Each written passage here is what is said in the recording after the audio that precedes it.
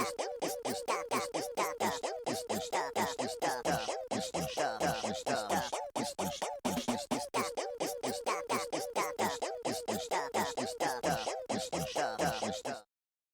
hello! Welcome to my video on how to lose 150 pounds in only 50 years. This is my step-by-step method. This is the method that I used to lose 150 pounds in only 50 years. And I'd like to say that you can too, but first, the standard disclaimer. And I'd like to thank Grok for spitting this out, because it's not like I'm actually going to search it myself. It's 2025. We use AI for these things. So, standard disclaimer, I am not a doctor or a licensed medical professional. I don't even play one on TV. The information provided in this video is for entertainment, educational, and informational purposes only and is not intended as medical advice. Please consult with a qualified healthcare provider before making any changes to your diet, exercise routine, or health regimen, especially if you have pre-existing medical conditions or concerns. All right, we've got that done. But now this other thing, trigger warning. We'll be talking about something later in the video. So this video contains graphic descriptions of surgical procedures that may be disturbing or triggering for some viewers. If you are sensitive to detailed discussions of medical or surgical content, please consider whether to continue watching. Viewer discretion. I'm going to talk about having a kidney stone. Spoilers! Okay, now, here's your call to action. Do all of the YouTube-y things. Please. Do the liking, do the commenting, do the subscribing, do the bell icon, and hokey pokey. Don't forget the hokey pokey. Or the cha-cha slide. That's fine. You can also do the cha-cha slide. I don't mind. Okay, step one. Step the first in how to lose 150 pounds in just 50 years is to be fat. Step one, be fat. And I remember, as a young lad of 10, being fat, being made fun of for being fat, being fat shamed. I don't think they had all these terms. 'Twas the custom in 1984 to blame the person, and that's pretty much how it went a lot. And then I do remember, so in between age 10 and in my mid-20s where I talk about my interesting diet. I was in the military, and I did get down to a decent weight briefly, right after boot camp, but then the fact was that I needed a very controlled environment, or I'm just going to self-medicate with food. And indeed, in my mid-20s, and I remember doing this and going, I was never hungry. I remember never being hungry. I would drink about 12 cans of Pepsi a day, and that would be it. And I would not even eat food. I was also smoking like 3 packs of cigarettes, and that's a different problem for a different day. Step 2. Acquire health problems. Hey, I started to piece together that I had gout as I approached 30, so I was 28, 27, 28. And then memory serves that there were a couple of incidents before where, like, yeah, that was probably gout when that happened, but it wasn't bad enough yet. Finally diagnosed around age 30. Have been taking the medication ever since. And at that time, and I do remember this, it's 275 to 280 pounds. That's 127 kilograms for you metric folks. And we went along, and we did those things, and around age 40 is when I finally got medicated for the hypertension, because obesity will also make hypertension worse. Got medication on that, and I weighed 320 pounds, or 145 kilograms. Step 3, acquire even more health problems. And it was, for a long time, I was just like, well, apparently I'm not getting diabetes. Like, no, you are. I did. So that was December of 2019. Got early part was got diagnosed with the type 2 diabetes. And like, oh, okay. And that was when I was at 360 pounds or 163 kilograms. And then, like, the very last week of 2019, I got myself a calcium oxalate kidney stone. There are different types of kidney stones. Mine was calcium oxalate. Becomes important a little bit later when I start to talk about food and diet and stuff. And now we're going to talk about kidney stone surgery. Now, there are a couple different ways that they can address kidney stones. They can send like shock. They can go, hey, we'll just let it pass. No, this one was, yeah, ow. Could not sleep. There was nothing. I was taking warm baths in order to help. I was using a heating pad. I was laying a particular way, but mostly I was just sitting there in pain. And it's quite painful.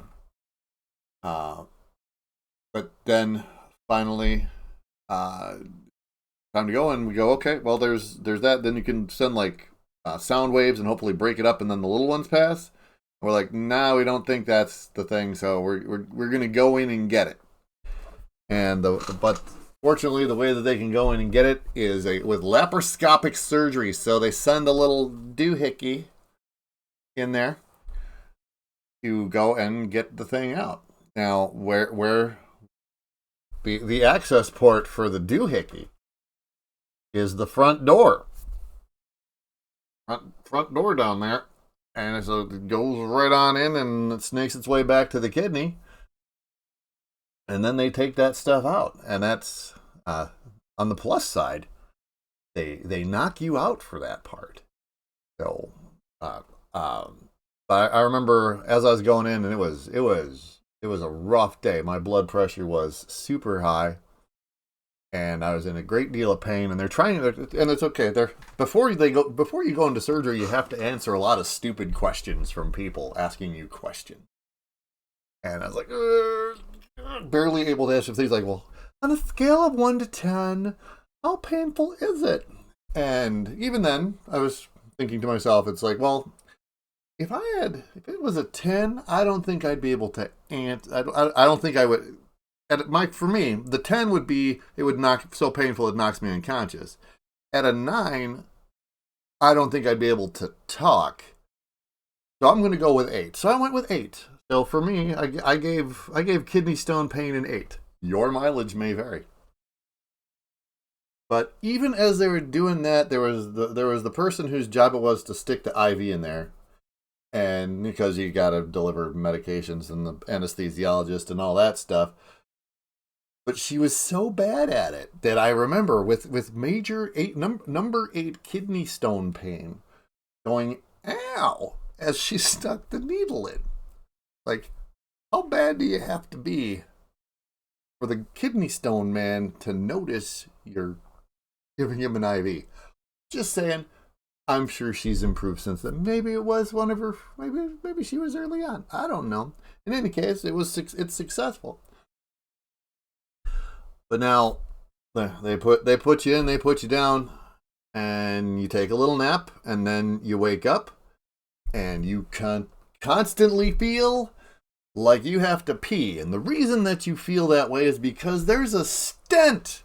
There's this tube thing going from the front door all the way back to where the kidney is, because it's got to keep the ureter open while you do some recovering. All right, that's what that is. And it was on my left side, so you could kind of feel the stent in there. You can kind of like, yeah, and so you'd move around, and so there was only, and then, well, one of the first things was like, I felt I had to pee, and pee becomes orange, and red and pink because of the bloods.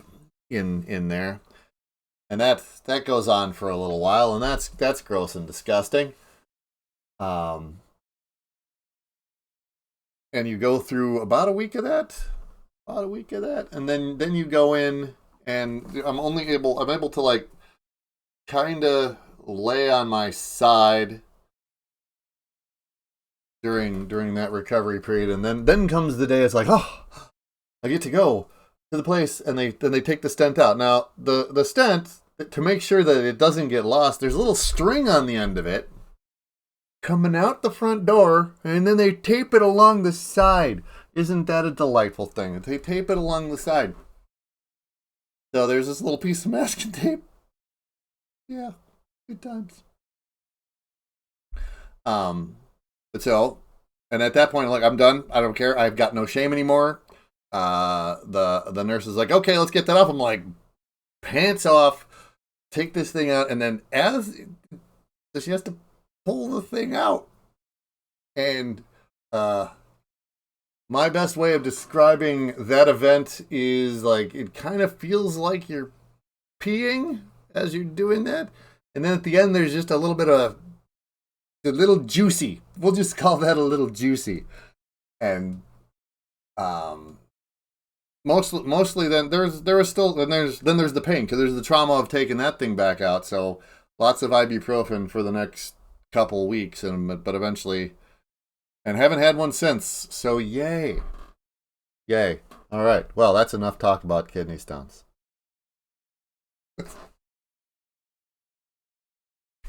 Okay, but that was the end of 2019, and as we all remember, the world ended on Friday, March 13th, 2020. Your time may vary, but where I live, the world officially ended and shut down on Friday, March 13th, 2020. They sent out a message and an email on the 12th to say, yeah, everybody stay home. Yay! But before the world ended, I had dropped down to 335 pounds or 152 kilograms. My blood sugar was all right. I was doing a lot better, because one of the things during having a kidney stone is I didn't eat. And so I learned how not to eat, and I'm like, I don't have to eat all the time. So what I would do is I'd do these 36-hour fasts, and that kind of helped with stuff, but that was what was happening right then, and the world ended.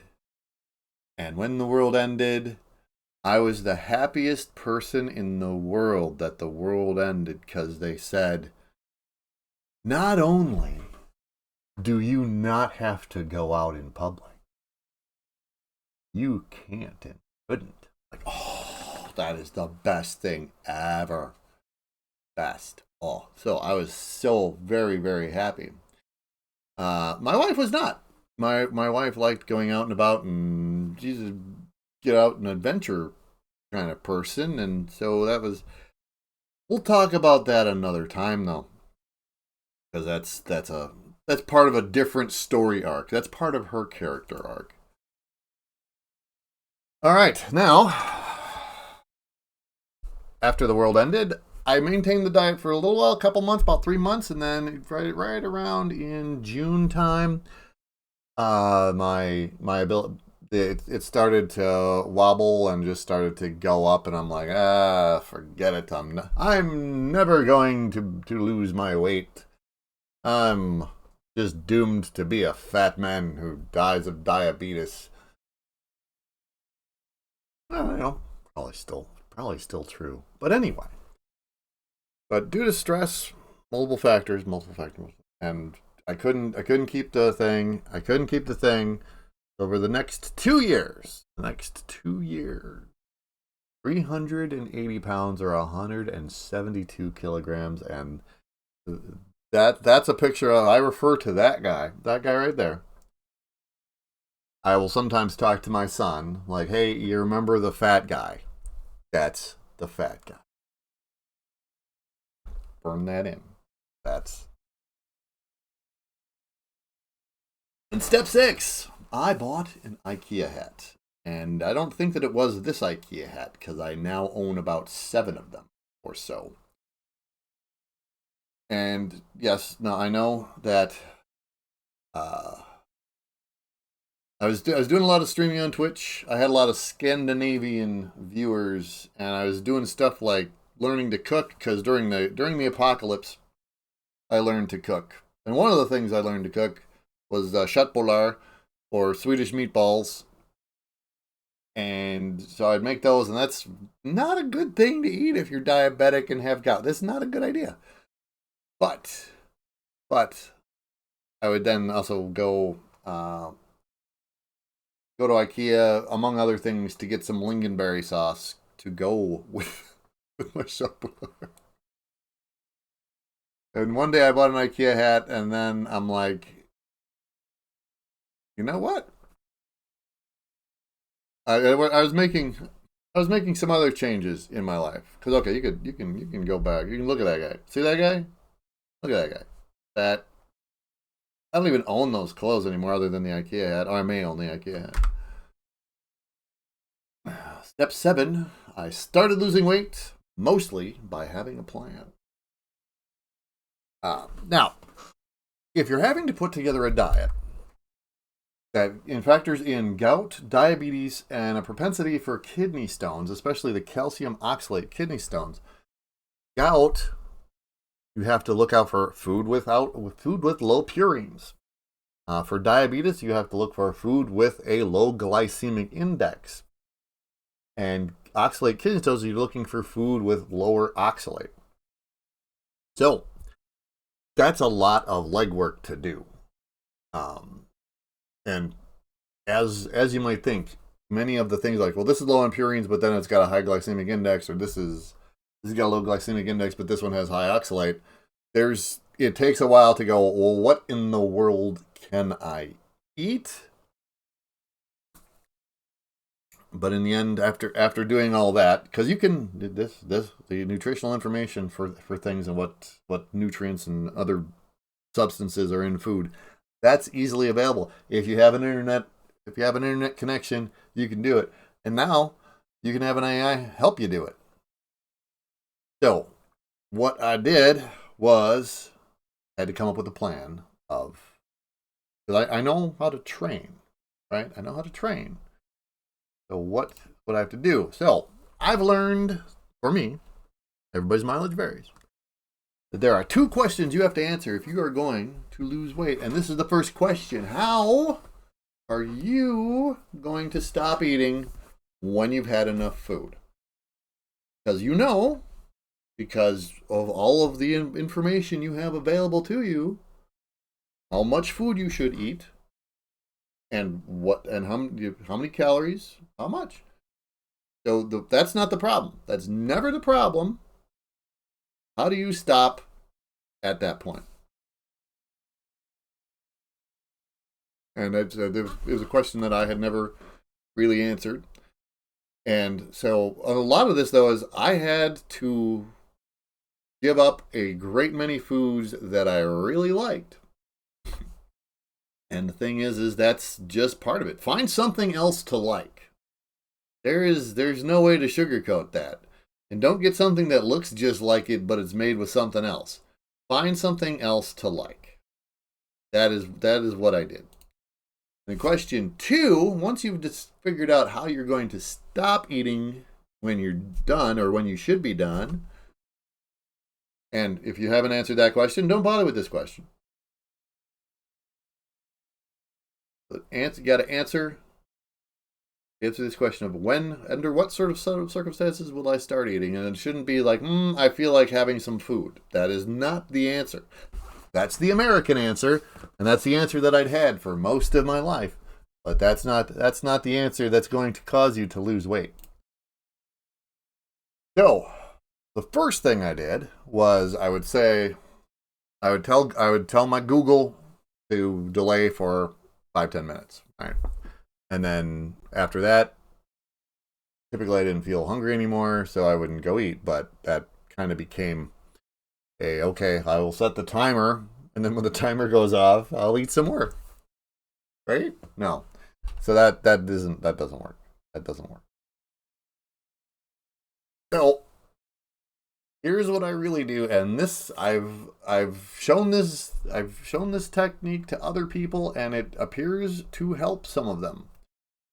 So they've got cans of carbonated seltzer water. It's got a little bit of flavor in it. They've got all the fruit flavors. They've got no flavor. There's just the seltzer.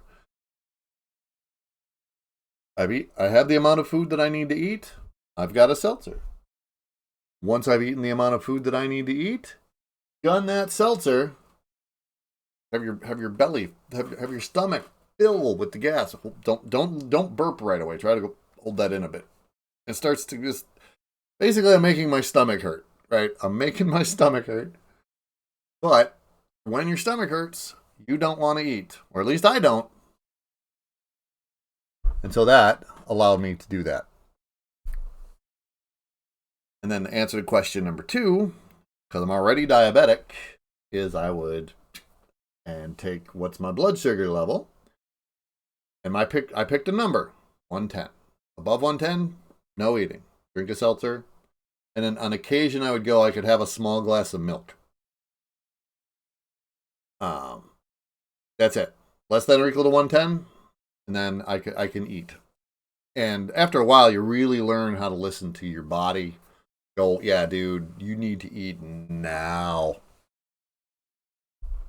And you get there, but still, I've got this rule, so I still prick the finger because those things on the patches that you can get on there, those are like super expensive compared to the little things. And yes, it's annoying, but you know what? I can stand to be annoyed. Okay, step 8. And I look just, this is actually a picture of me earlier today. I now am around 225. I go to 223, I go to 227.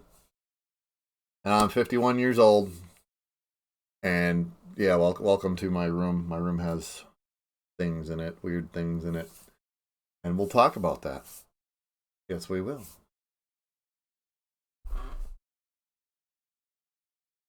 Now I do exercise. Behind me, you can see the seat of an exercise bike. There's an exercise bike right there. 45 minutes a day, just on whatever to basically get a sweat on. Get a sweat. That's what I do. Third thing, because there's other things to do when you get up, especially when you are 51. Because there's going pee, getting coffee, and there's getting on the exercise bike. So that's what I do. And then I read books. I got the books are not in the frame. Books right over that way. Read books. Exercise on my exercise bike. And I exercise my body and I exercise my mind. That's what I do. And all right, so in the end, this was my journey. How I lost 150 pounds. And I know that you are not me, I am not you. And so we are not the same necessarily. There might be similarities, there might not. So I can't guarantee that what I've done will work for you. I have seen with people that I've talked to that the seltzer thing seems to help.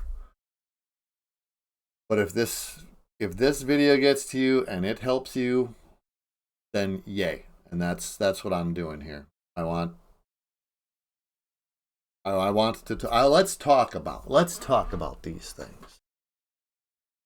And also, full realization that me being overweight is not the problem.